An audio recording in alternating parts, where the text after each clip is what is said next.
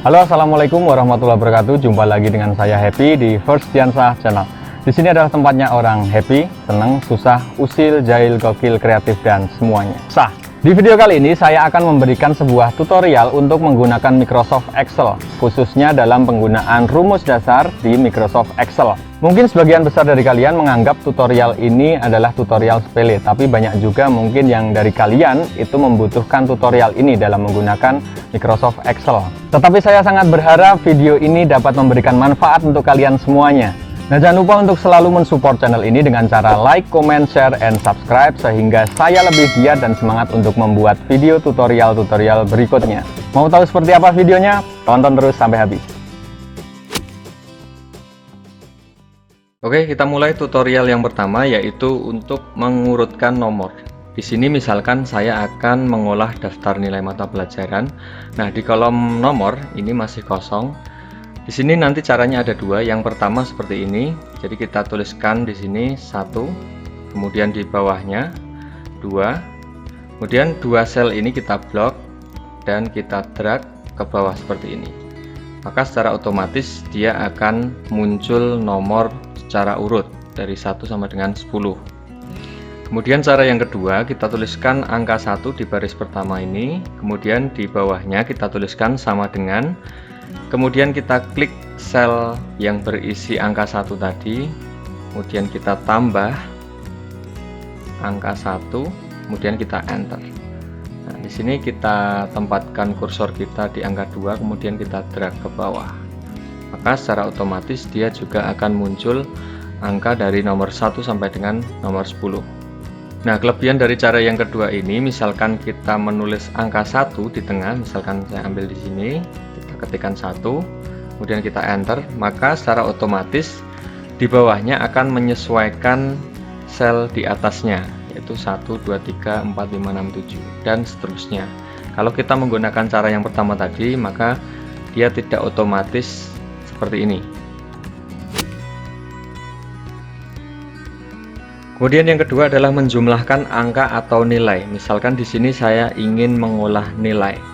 Siswa pertama namanya Ani, kemudian nilainya pendidikan agama 80, kemudian bahasa Indonesia 76, dan seterusnya sampai bahasa Jawa ini. Kita ingin menjumlahkan seluruh nilai dari kiri ke kanan. Maka caranya kita tinggal klik, kemudian sama dengan, kita tulis sum, SUM, kurung buka, kemudian kita blok dari nilai agama sampai dengan bahasa Jawa, kemudian kurung tutup dan enter. Nah, secara otomatis maka jumlah dari nilai Ani akan muncul di sini, yaitu 698.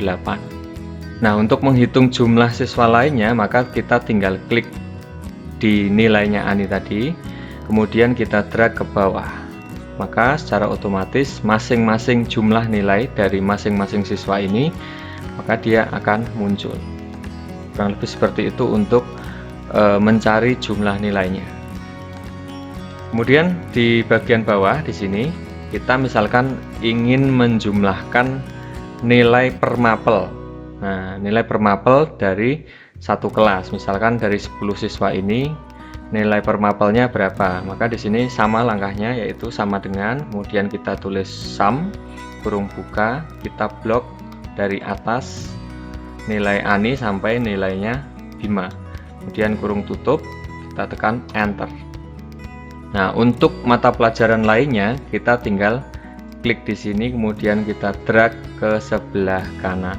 Maka secara otomatis jumlah nilai per mata pelajaran akan terhitung. Yang ketiga adalah mencari nilai rata-rata. Nah, untuk mencari nilai rata-rata ini sebenarnya hampir sama dengan ketika kita mencari jumlah tadi. Yang beda adalah kita kalau mencari jumlah tadi menggunakan sum, untuk mencari nilai rata-rata maka kita menggunakan average. Maka kita klik di sel yang akan kita tuliskan, kemudian kita tulis sama dengan average, kemudian kurung buka, kita blok dari mapel agama sampai bahasa Jawa, kemudian kita kurung tutup lalu enter. Nah, secara otomatis nilai rata-rata dari siswa pertama atau ANI itu akan muncul, yaitu 77,56. Untuk mencari nilai rata-rata siswa lainnya, maka kita tinggal drag ke bawah seperti ini. Maka nilai rata-ratanya akan muncul secara otomatis. Kemudian selain kita menggunakan average tadi, kita juga bisa mencari nilai rata-rata dengan cara yang kedua. Caranya seperti ini. Ini saya hapus dulu untuk rata-ratanya. Kemudian saya klik di baris paling atas. Kita tuliskan sama dengan. Nah, kita tahu bahwa rata-rata itu adalah jumlah nilai dibagi jumlah mata pelajarannya aja berapa. Maka untuk menuliskan rumusnya yaitu sama dengan kita klik sel jumlah ini, kemudian dibagi, atau kita tuliskan dengan garis miring seperti ini, dibagi, kita hitung jumlah mata pelajarannya dari agama sampai bahasa Jawa, yaitu 1, 2, 3, 4, 5, 6, 7, 8, 9. Nah, di sini ada 9 mata pelajaran, maka di sini M3, sel M3 dibagi dengan 9. Kemudian kita enter. Nah, hasilnya akan sama. Kemudian untuk mencari nilai rata-rata siswa lainnya, caranya kita tinggal drag. Nah, silahkan kalian nanti bisa memilih lebih enak memakai average atau cara yang kedua. Kemudian untuk menentukan nilai rata-rata per mapel itu langkahnya juga sama. Kita bisa menggunakan average atau dengan pembagi tadi. Jadi misalkan kita pakai average, langkahnya sama dengan, kemudian kita tuliskan average seperti ini, kemudian kita buka kurung, kita blok, misalkan di mapel pendidikan agama kita blok dari yang paling atas sampai yang nomor 10 seperti ini, kemudian kurung tutup, kita enter. Maka kita dapatkan nilai rata-rata untuk mata pelajaran agama, rata-rata kelasnya adalah nilainya 85. Misalkan kita menggunakan cara kedua, itu hasilnya juga akan sama. Jadi misalkan kita menggunakan cara kedua, misalkan di sini saya hapus, kita tulis sama dengan jumlahnya di sel D13, kemudian dibagi atau dengan menuliskan garis miring, kemudian kita bagi dengan jumlah siswanya, yaitu 10 di sini. Kita enter, hasilnya sama 85. Kemudian kita tinggal drag ke sebelah kanan. Maka untuk nilai rata-rata masing-masing mata pelajaran secara otomatis akan muncul. Yang keempat adalah mencari nilai minimal atau nilai terkecil di sini. Jadi misalkan siswa pertama bernama Ani ini, dia mempunyai nilai masing-masing mata pelajaran agama sampai bahasa Jawa ini. Nah, kita misalkan ingin mencari nilai terendah atau terkecilnya berapa di mata pelajaran apa. Maka di sini caranya kita klik, kemudian kita tulis sama dengan, kita tuliskan min kurung buka, kita blok dari nilai agama sampai bahasa Jawa, kemudian kurung tutup, enter. Nah, nilai terkecil siswa pertama atau ANI adalah 70, yaitu misalkan kita cari yaitu di pelajaran fisika. Kemudian untuk mencari nilai minimal siswa lainnya, langkahnya sama, yaitu tinggal kita tarik ke bawah seperti ini.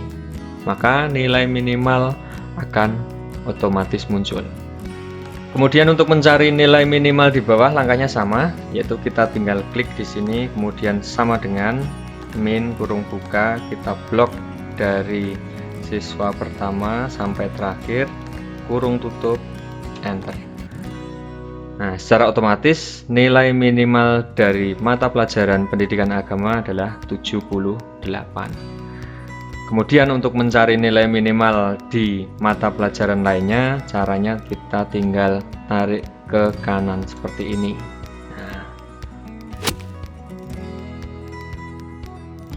Yang kelima adalah mencari nilai maksimal. Caranya sama, tetapi kita menggunakan max.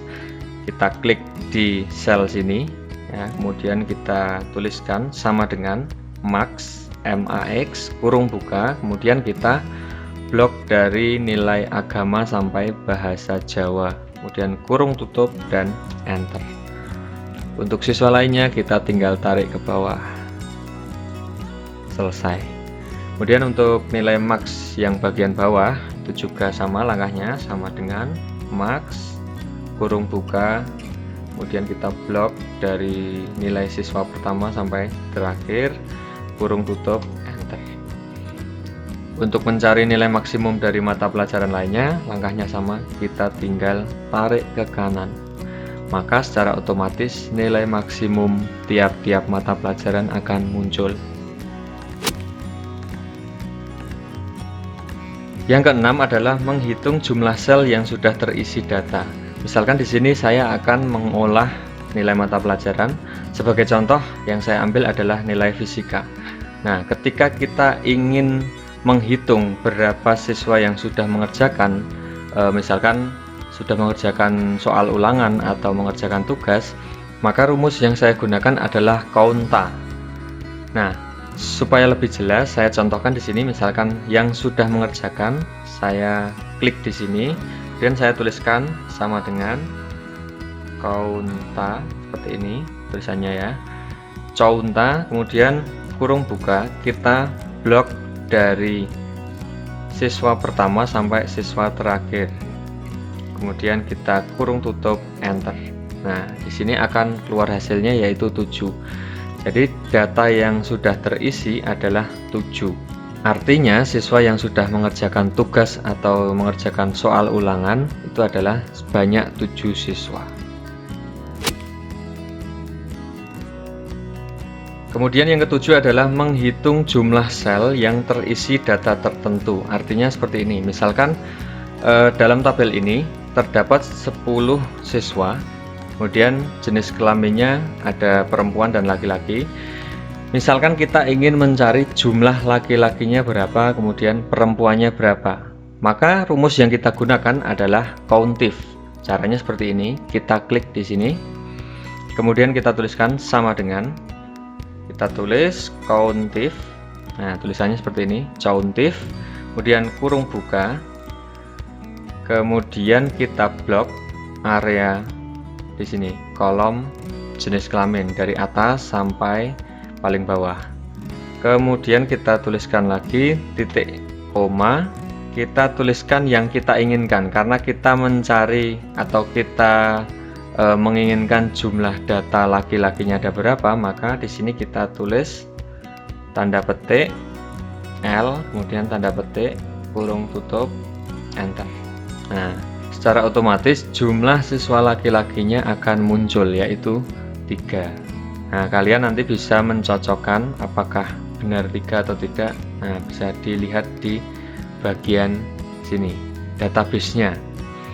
Nah, mungkin untuk data yang sedikit itu bisa kita hitung secara manual, tapi untuk data yang jumlahnya sangat banyak itu tentunya nanti akan menyulitkan kita. Maka di sini kita harus paham rumus countif seperti ini. Kemudian untuk yang jumlah siswa perempuan langkahnya sama dengan countif, kemudian kurung buka, kita blok di bagian sini, kemudian titik koma. Karena yang akan kita cari adalah jumlah siswa perempuan, maka tanda petik P, tanda petik kurung tutup, enter. Sehingga kita dapatkan jumlah siswa perempuan adalah 7. Yang kedelapan adalah menggunakan rumus logika. Nah, di sini rumus yang akan kita gunakan dalam Microsoft Excel adalah rumus if. Sesuai namanya, if, jika kita artikan ke dalam bahasa Indonesia, itu artinya adalah jika. Nah, aplikasi untuk rumus if ini adalah seperti ini. Misalkan kita akan menentukan ketuntasan siswa. Nah, di sini saya ambil contoh, misal KKM-nya atau kriteria ketuntasan minimalnya nilainya adalah 78. Artinya, ketika siswa nilai rata-ratanya itu di bawah 78, artinya dia belum tuntas. Kemudian sebaliknya ketika nilainya 78 ke atas, maka artinya dia sudah tuntas. Nah, kalau kita tuangkan ke dalam rumus Excel, caranya kita klik di sini, kemudian sama dengan kita tuliskan if kurung buka, kita klik sel yang akan kita jadikan sebagai acuan, yaitu nilai rata-rata tadi. Syaratnya tadi untuk nilai rata-rata 78 ke atas, maka dia tuntas. Kemudian di bawah 78 maka dia belum tuntas. Kita klik di sini, kemudian lebih dari sama dengan 78, maka di sini maka kita tuliskan dengan titik koma. Maka tanda petik tuntas. Tanda petik lagi. Kemudian titik koma, tanda petik belum tuntas, tanda petik kurung tutup, enter. Nah, dia keluar belum tuntas. Jika kita lihat, nah di sini kita lihat rumusnya di bagian atas atau formula barnya. If kurung buka N3, yaitu selnya tadi yang sebagai acuan, yaitu nilai rata-rata. Jika nilai rata-ratanya itu lebih dari atau sama dengan 78, maka dia tuntas. Kemudian yang pernyataan kedua ini adalah pernyataan selain yang dituliskan di sini. Artinya jika nilainya kurang dari 78, maka dia belum tuntas. Kemudian langkahnya sama seperti data yang lainnya, kita tinggal tarik ke bawah. Maka secara otomatis dia akan terisi apakah siswa tersebut sudah tuntas atau belum tuntas. Yang kesembilan adalah rumus VLOOKUP. Jadi VLOOKUP ini berfungsi untuk mengolah data berdasarkan acuan tabel lain. Misalkan seperti ini, saya memiliki database atau data lengkap seperti ini di data tabel sebelah kiri. Kemudian saya akan mencetak dengan format yang seperti di tabel sebelah kanan seperti ini. Nah, untuk VLOOKUP ini artinya kita mensortir data berdasarkan urutan vertikal. Misalkan seperti ini. Jadi acuannya adalah namanya Ani. Kemudian data Ani akan muncul mulai dari jenis kelamin, kemudian mata pelajaran matematika nilainya berapa, bahasa Indonesia berapa, dan seterusnya sampai nilai rata-rata. Kemudian siswa berikutnya namanya Resti. Datanya jenis kelamin sampai rata-rata dan seterusnya. Jadi yang kita sortir datanya urutannya adalah secara vertikal seperti ini. Maka caranya kita tinggal klik di sini, kemudian kita tuliskan sama dengan, kemudian VLOOKUP kurung buka, kita klik di kotak warna biru nomor 1 ini sebagai acuan. Artinya di sini nanti adalah nomor absennya. Nomor absen 1 namanya Ani, jenis kelaminnya apa, dan seterusnya. Oke, kemudian titik koma, kemudian kita blok tabel yang kita jadikan sebagai acuan, yaitu mulai dari angka 1 sini, sel A3 sampai dengan sel I12. Kita lepas, kemudian titik koma. Nah, di sini untuk data nama dari tabel acuan ini dia berada di kolom nomor 2, 1, 2, 3, 4, 5, dan seterusnya. Untuk kolom nama itu adalah kolom kedua, maka di sini titik koma kita tulis 2 kurung tutup, enter. Nah, secara otomatis nama Ani akan muncul. Nomor absen 1 siswanya namanya Ani. Kemudian untuk data jenis kelamin, nilai matematika, dan seterusnya sampai bawah kita tinggal drag. Oh, ternyata error. Nah, bagaimana caranya supaya datanya tidak error? Kita hapus dulu di sini. Nah, kita klik lagi di nama tadi. Nah, yang harus kita lakukan adalah mengunci tabel acuan tadi. Jadi kita klik di sini, kemudian kita ke formula barnya, kita klik di rumusnya. Kita blok dari K1, yaitu sel yang kita gunakan acuan nomor absennya tadi, sampai dengan I12 kita blok. Kemudian cara untuk menguncinya kita bisa menekan tombol F4 pada keyboard. Nah, sehingga tulisannya akan berubah menjadi seperti ini, seperti ada tanda gambar dolarnya. Nah, kemudian kita enter. Nah, setelah kita kunci tabel acuannya, maka kita bisa menariknya ke bawah atau kita drag. Nah, di sini yang tertulis adalah Ani semua. Ini adalah nama siswa semua.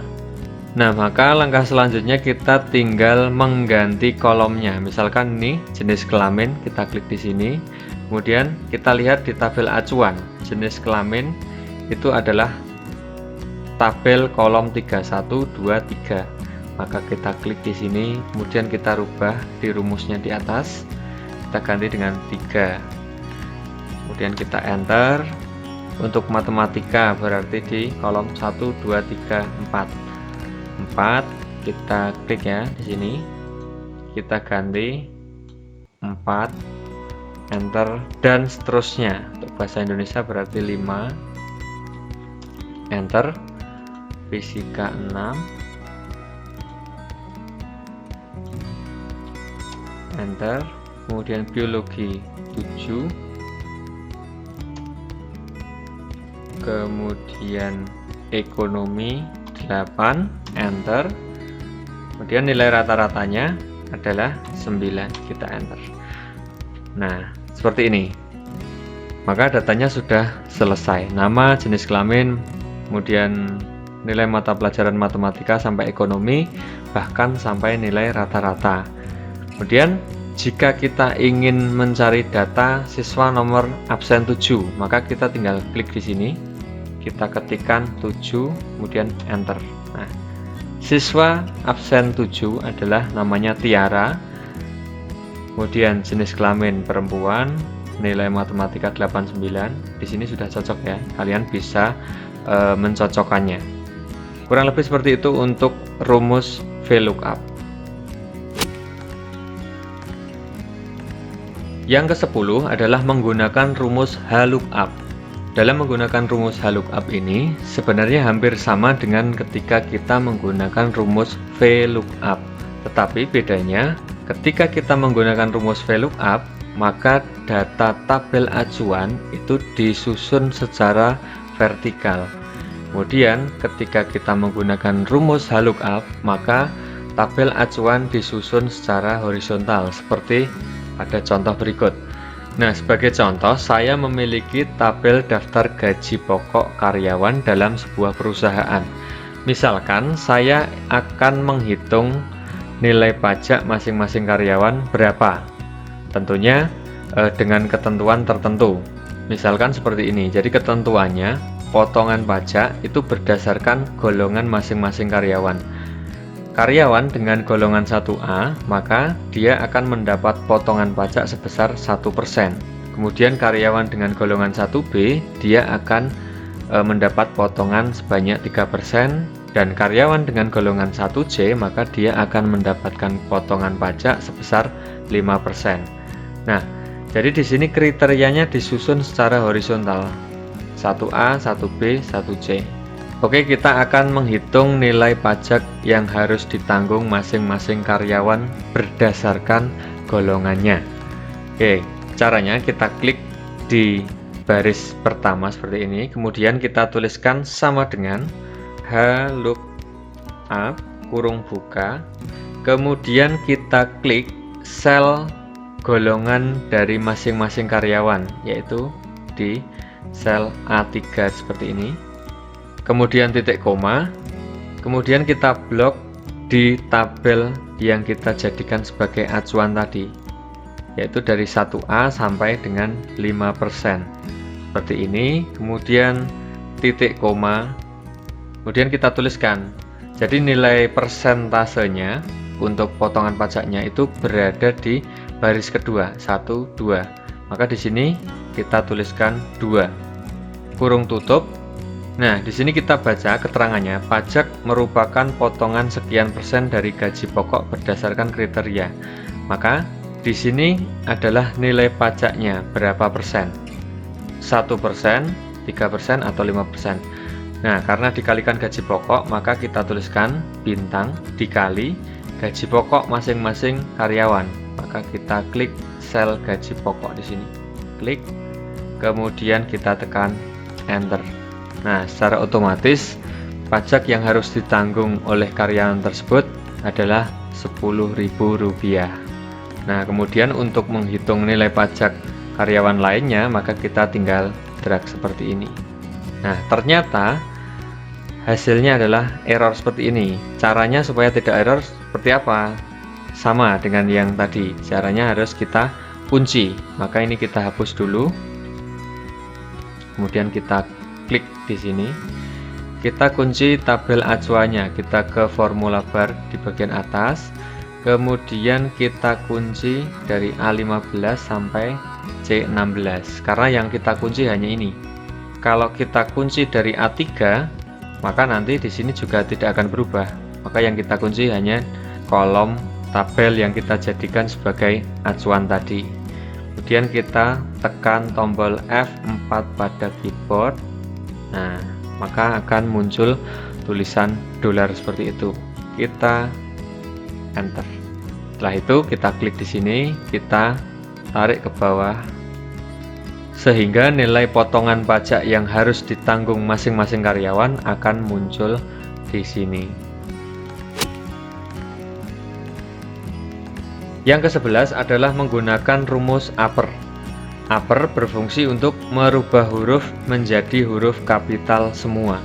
Misalkan di sini awalnya adalah huruf kecil semua, kemudian saya ingin menulis huruf ini menjadi huruf kapital. Saya klik di sini, kemudian kita tulis sama dengan upper kurung buka, kemudian kita klik selnya yang akan kita rubah menjadi huruf kapital, klik di sini, kemudian kurung tutup dan enter. Maka secara otomatis setiap huruf yang ada di sel atas akan berubah menjadi huruf kapital semua. Seperti itu untuk rumus upper. Yang ke-12 adalah menggunakan rumus lower. Nah, untuk rumus lower ini dia adalah kebalikan dari rumus upper tadi. Jadi rumus lower ini berfungsi untuk merubah huruf, entah itu huruf kapital atau huruf campur menjadi huruf kecil semua. Sebagai contoh, saya klik di sini, saya tuliskan sama dengan lower kurung buka. Misalkan saya ingin merubah huruf yang ada di sel ini menjadi huruf kecil semua, maka saya klik di sel ini, kemudian kurung tutup, kita enter. Secara otomatis maka semua huruf yang ada di sel ini akan berubah menjadi huruf kecil semua. Itu fungsi untuk rumus lower. Yang ke-13 adalah menggunakan rumus proper. Nah, untuk proper ini, rumus proper berfungsi untuk merubah huruf menjadi huruf kapital di setiap awal kata. Jadi yang berubah menjadi huruf kapital itu hanya huruf pertama di setiap awal kata. Sebagai contoh, misalkan di sini tulisannya adalah huruf kapital semua. Maka kita terapkan rumus proper. Caranya seperti ini, kita klik, kemudian kita tulis sama dengan proper, kemudian kurung buka, kemudian kita klik sel yang akan kita rubah, kemudian kurung tutup dan enter. Secara otomatis maka tulisan yang awalnya adalah huruf kapital semua, maka menjadi huruf kapitalnya hanya di awal kata seperti ini. Jadi itu untuk penggunaan rumus proper. Yang ke-14 adalah menggabungkan beberapa sel menjadi satu sel. Nah, untuk menggabungkan ini kita bisa menggunakan merge cell atau merge of center yang terletak di bagian tengah atas ini. Nah, di sini biasanya ketika kita akan membuat sebuah tabel, misalkan tabel nilai mata pelajaran. Saya contohkan di sini, misalkan saya tulis mata pelajaran. Kemudian bawahnya di sini misalkan fisika, kanannya adalah biologi, kanannya adalah kimia, kanannya adalah sejarah, Nah, jadi untuk merge cell atau merge and center ini fungsinya adalah menggabungkan beberapa sel. Jadi untuk baris pertama di mata pelajaran ini terdiri dari 4 sel. Nah, di sini kita bisa gabungkan menjadi satu sel dengan merge cell atau merge and center ini. Nah, caranya bagaimana? Kita tinggal blok saja beberapa sel yang akan kita jadikan satu sel, kemudian kita tekan merge and center. Sehingga hasilnya seperti ini. Supaya lebih terlihat jelas, ini saya perbesar. Nah, kurang lebih seperti ini. Nah, ini bisa kita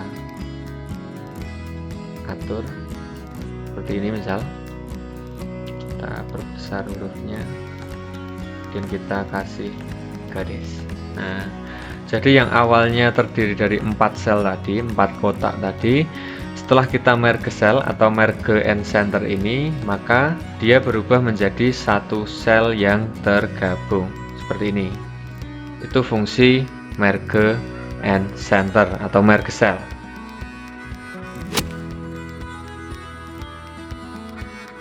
Kemudian yang terakhir, yang ke-15 adalah untuk mengurutkan data.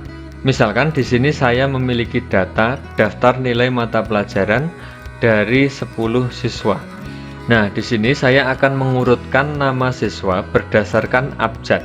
Caranya bagaimana? Caranya kita blok untuk nama siswa dari yang paling atas sampai paling bawah. Kemudian kita ke bagian kanan atas. Di sini terdapat menu sort and filter. Kita klik. Nah, kita klik atau kita pilih di sort A to Z seperti ini. Nah, akan muncul kotak dialog seperti ini, sort warning ya. Maka kita klik saja sort.